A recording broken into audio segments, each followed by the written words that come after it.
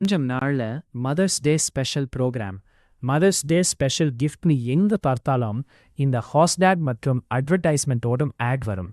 என்னைக்காவது யோசிச்சிருக்கீங்களா? ஒரு 10லிருந்து 20 வருஷத்துக்கு முன்னாடி இந்த மாதிரி அட்வர்டைஸ்மெண்ட்ல யாரும் பார்த்திருக்க மாட்டோம்.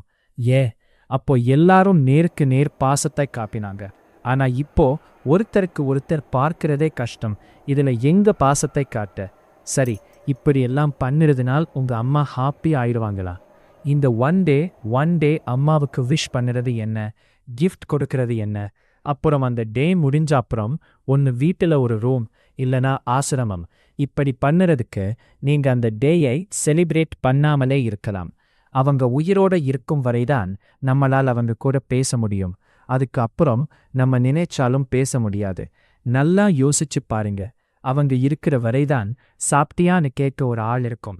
அதுக்கு அப்புறம் நம்ம சாப்பிட்டியான்னு கேட்க ஒரு பீப்புள் கூட இருக்காது.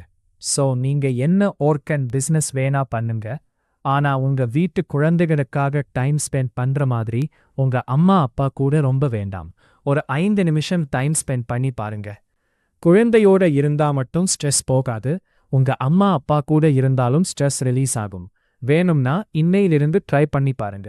வீட்டில் இருக்கிற பேரண்ட்ஸை 364 நாள் கண்டுக்காம மதர்ஸ் டே, பேரண்ட்ஸ் டேன்னு அந்த ஒரு நாள் மட்டும் கேர் பண்ணா நீங்க பெரிய ஆளு இல்லை.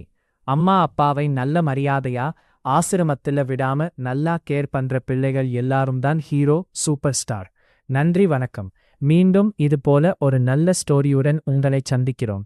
அதுவரை உங்களிடமிருந்து விடை பெறுவது உங்கள் ஈகிள் என்டர்டெயின்மெண்ட் அண்ட் ஸ்டோரிஸ்.